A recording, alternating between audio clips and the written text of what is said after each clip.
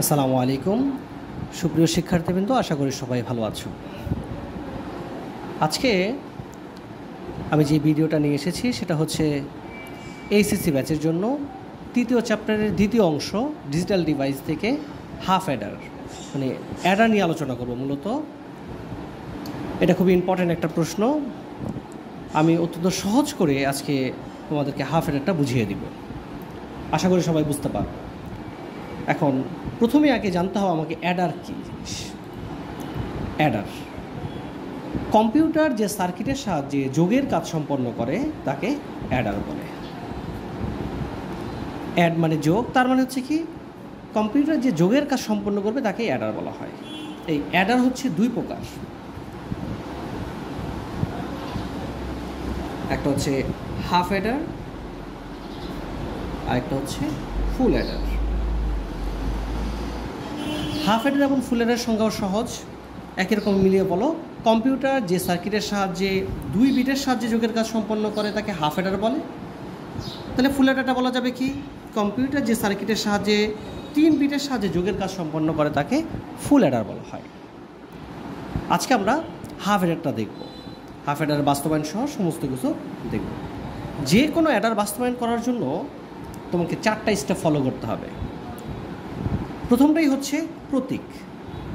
দেখো, প্রতীকে হচ্ছে আমি একটু আগেই বলছি যে দুই বিটের সাহায্যে যোগের কাজ সম্পন্ন করে, এই জন্য দুইটা ইনপুট আর দুইটা হচ্ছে আউটপুট। অর্থাৎ ধরো এ আর বি আমি ইনপুট করলাম আর আউটপুট আকারে এস এবং সি। এসে হচ্ছে সাম যোগ আর সিতে হচ্ছে ক্যারি, অর্থাৎ অতিরিক্ত আউটপুট আকারে বের হবে। এই হলো 1 নম্বর পয়েন্ট, প্রতীক। তারপরে আসো 2 নম্বর সার্কিট।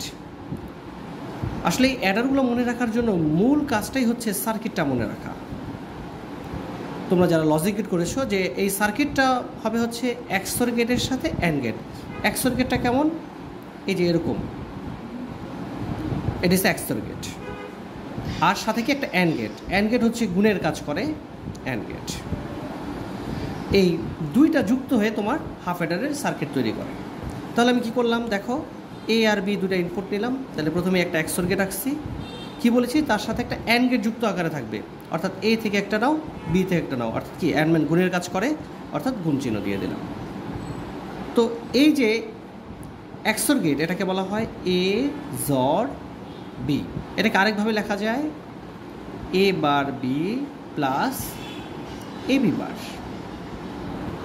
আর সি তো হচ্ছে গুণের কাজ করে, অর্থাৎ এ আর বি গুণ আকারে থাকবে এ বি। এবার সত্যক সারণী, এখানে ইনপুট কয়টা, দুইটা। সত্যক সারণীটি আশা করি এটা দেখো, এটা দেখলে আশা করি যত ধরনের সত্যক সারণী আসবে সবগুলো তোমরা বুঝতে পারবা। ইনপুট কি কি, এ এবং বি, আর আউটপুট কি আছে, এস এবং সি, এস সি। তাহলে এটা হচ্ছে আমার ইনপুট আর এটা হচ্ছে আমার আউটপুট। যদি ইনপুট দুইটা হয় নিচে নিচে ঘর হবে 4টা, যদি ইনপুট 3টা হয় নিচে নিচে ঘর হবে 8টা, অর্থাৎ 2 to the power n formula. তাহলে এখানে ইনপুট কয়টা আছে, 2টা, এই জন্য নিচে নিচে ঘর হবে 4টা, 1 2 3 4।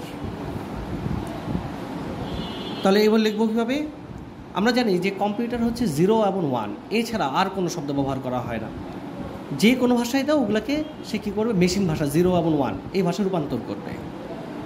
তো এখানে যেহেতু 4 ঘর, এই জন্য কী করবো, প্রথম 2 ঘর 0, পরের 2টা 1, পরেরটা হচ্ছে 0 1 0 1।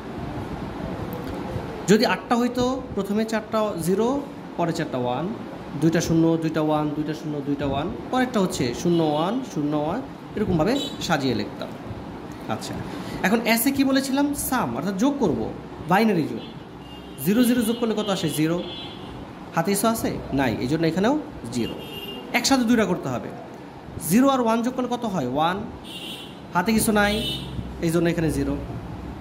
0 আর 1 যোগ করলে হয় 1, হাতে কিছু নাই, 0। 1 আর 1 যোগ করলে কত হয়, 2। আমরা জানি বাইনারি নিয়মে হচ্ছে নিচের বেস বিয়োগ করতে হয়, তাহলে 2 থেকে 2 বাদ দিলে কত থাকে, 0। এই যে 0, এই যে বিয়োগ করেছি এই জন্য হাতে একটা 81। এই হয়েছে আমার সত্যক সারণী। এখন এই সত্যক সারণী থেকে আমাকে এস এবং সি বের করে তারপর হচ্ছে তার পরবর্তী ধাপে যেতে হবে। তাহলে প্রথমে এস, খুব মনোযোগ দিয়ে খেয়াল করো কীভাবে এসটা বের করব। যেটাই বের করবো না কেন, যার 1 1 যে ডিভাইসগুলো আছে ওগুলোই আমি নিতে পারবো। তাহলে এসের ক্ষেত্রে 0, তাহলে কাজে লাগবে না, 1 যেটা আছে এটা কাজে লাগাতে পারছি।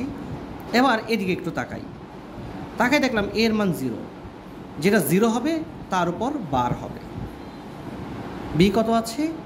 1, অর্থাৎ বির উপর বার হবে না। আবারও বলি যে যেখানে 1 আছে এখানে দেখো এতে কত আছে? 0 আছে, এই জন্য এটার উপর বার হয়েছে। বি এর মান কত? 1, এই জন্য এটার উপর বার হয় নাই। সূত্রের প্লাস, মাঝখানে প্লাস দিবা। এবার দেখো আর কোথায় 1 আছে? এই যে 1 আছে। একটু এদিকে খেয়াল করো, এখানে প্রথমে কি এর মান কত আছে? 1, তার মানে কি বলছিলাম যদি 1 হয় তাহলে বার হবে না। বি এর মান কত আছে? 0, তাহলে বি লিখবো কিন্তু কি হবে? বার হবে। সরি, এটা এখানে বসবে। এস এর আর কোথাও 1 আছে? নাই, তার মানে এস এর মান বের হয়ে গেছে। এরপর আসলে সি এর মান এটা 0, তাহলে কাজে লাগবে না। 0 হলে কাজে লাগবে না, 1 আছে কাজে লাগবে। তাহলে 1 এর ক্ষেত্রে দেখো তো এ আর বি এর মান কত আছে? 1 1, অর্থাৎ দুইটাই 1 1 আছে, অর্থাৎ একটা এ বি, কোনো বার হবে না কারণ 1 আছে এই জন্য। আর শেষ হচ্ছে বাস্তবায়ন, মৌলিক গেট দ্বারা বাস্তবায়ন। মৌলিক গেট দ্বারা বাস্তবায়ন। আমরা জানি মৌলিক গেট 3টা, অর গেট, অ্যান্ড গেট, আর হচ্ছে নট গেট। এমসিকিউতে প্রশ্ন আসে যে মৌলিক গেট কয়টি? 3টি, অর, অ্যান্ড এবং নট। এখন এই দুইটাকে আমি এই গেট দ্বারা বাস্তবায়ন করব। এখানে আমি এস এর মান কত পেয়েছি? এ বার B plus A B bar. C পেয়েছি এ এবং বি। দেখো এখানে এ আছে, বি আছে, এ বার আছে, বি বার আছে, অর্থাৎ ঘরগুলো আমি করে ফেলি। এ, আরেকটা ঘরের নাম দিয়ে দিলাম এ বার, এটা নিয়ে একটা ঘর কাটলাম। বি, আরেকটা হচ্ছে বি বার। আসো প্রথমে এসটাকে বসাই। এখানে এ বার আছে, এই জন্য এ বার থেকে একটা সার্কিট নিলাম। তার সাথে কি আছে? বি আছে, নিলাম। এই দুজন গুণাকারে আছে, এই জন্য এই যে গুণাকারে দিলাম। তারপরে প্লাস চিহ্ন আছে, এটা পরে ব্যবহার করব। এ থেকে একটা নিচ্ছি, বি বার, এই যে বি বার থেকে নিলাম। গুণ আকারে আছে এই জন্য অ্যান্ড গেট। এখন দুইজনে কী আকারে আছে? যোগ আকারে আছে, এই যে যোগ হচ্ছে অরের, বাস এসের মান এসে পড়ছে আমার। এরপরে আসো সি সমান সমান এ বি, অর্থাৎ এ থেকে একটা সার্কিট নিলাম, বি থেকে একটা সার্কিট নিলাম, দুইজনে গুণ আকারে আছে, বাস গুণ চিহ্ন দিলাম, অর্থাৎ C is equal to A B. আশা করি সবাই বুঝতে পেরেছো। আমি পরবর্তী ভিডিওতে ফুল এটা নিয়ে একটা ভিডিও করে তোমাদেরকে দিব। ধন্যবাদ সবাইকে।